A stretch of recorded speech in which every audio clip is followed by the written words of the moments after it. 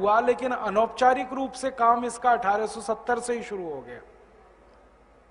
और फिर आर्य समाजियों ने लड़ाई लड़ी और 1894 तक लड़ते रहे अंग्रेजों से, मरते रहे, लड़ते रहे, मरते रहे, लड़ते रहे।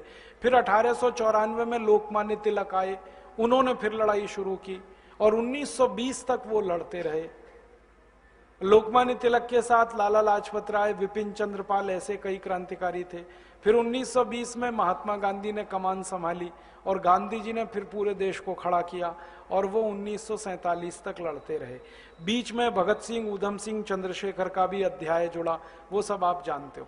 जब हम 47 में आजाद हुए 15 अगस्त को, तो महात्मा गांधी को किसी ने पूछा, और वो कोई नहीं था, बीबीसी का एक रिपोर्टर आया गांधी जी से इंटरव्यू लेने, और उसने पूछा, बापू अब तो देश आजाद हो गया, अब आप किससे लड़ोगे?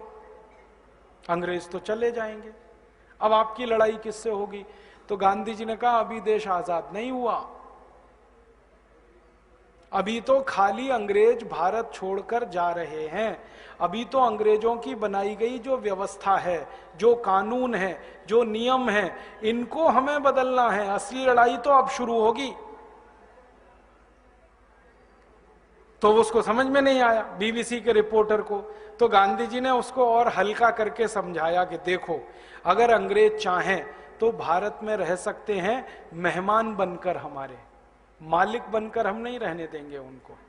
लेकिन अंग्रेजों का बनाया हुआ ये जो तंत्र है, ये जो व्यवस्था है, जिसको गांधी जी कहते थे अंग्रेजियत, गांधी जी ने अंग्रेजियत को परिभाषित किया, अंग्रेजों के कानून, अंग्रेजों के नियम, अंग्रेजों की व्यवस्था, अंग्रेजों का तंत्र, ये सारा अंग्रेजियत। तो गांधी जी ने कहा, इस अंग्रेजियत से अभी लड़ना है, लड़ाई तो अभी बाकी है, शुरू होगी अब। और गांधी जी जैसे जितने भी उस जमाने में जीवित क्रांतिकारी थे, सबका उद्देश्य था अंग्रेजियत से लड़ना है, इसको हटाना है। दुर्भाग्य क्या हुआ इस देश का, आजादी आई और गांधी जी की हत्या हो गई।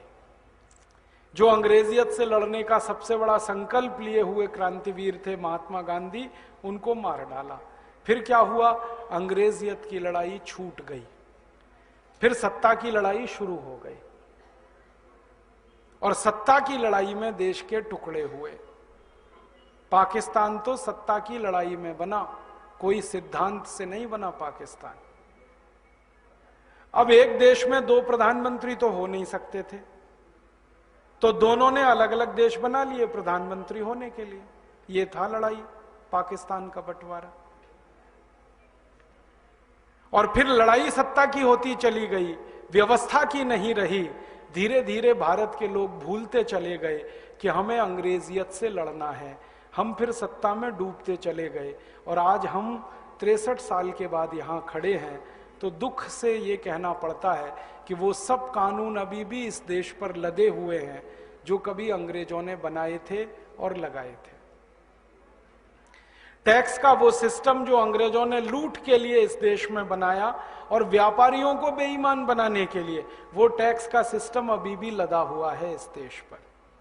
बस अंतर इतना है, अंग्रेजों के जमाने में 23 तरह के टैक्स लगते थे, अब आजादी के 63 साल के बाद 64 तरह के टैक्स लगते हैं इस देश में। अंग्रेजों ने जो पुलिस का कानून बनाया, इंडियन पुलिस एक्ट, वो आज भी लदा हुआ है इस देश पर। अंग्रेजों ने जितने कानून बनाए 34,735 सब लगे हुए हैं, एक भी कानून नहीं हटाया इस देश की सरकारों ने। अंग्रेजों ने किसानों से जमीन छीनने का एक कानून बनाया, लैंड एक्विजिशन एक्ट, डलहौजी ने, वो अभी भी लगा हुआ है इस देश पर। मतलब ये कि अंग्रेज चले गए, अंग्रेजियत नहीं गई। सत्ता का हस्तांतरण हुआ, स्वतंत्रता नहीं आई। स्वतंत्रता कोई बड़ी चीज होती है, सत्ता का हस्तांतरण बिल्कुल छोटी चीज होती है। सत्ता आई माउंटबेटन के हाथ से, नेहरू जी के हाथ में, माने गोरे अंग्रेजों ने काले अंग्रेजों को देश सौंप दिया, यही मतलब। स्वतंत्रता तो नहीं आई, क्योंकि स्वतंत्रता का मतलब होता है स्वतंत्र। स्व माने अपना, तंत्र माने व्यवस्था। जब तक हम अपना तंत्र नहीं बनाए कैसे स्वतंत्र हो? तंत्र तो अंग्रेजों का ही चल रहा है। अब अंग्रेजों का तंत्र चल रहा है तो लूट वैसे ही चल रही है जैसे अंग्रेजों के जमाने में थी। अंग्रेजों ने 250 साल में 300 लाख करोड़ लूट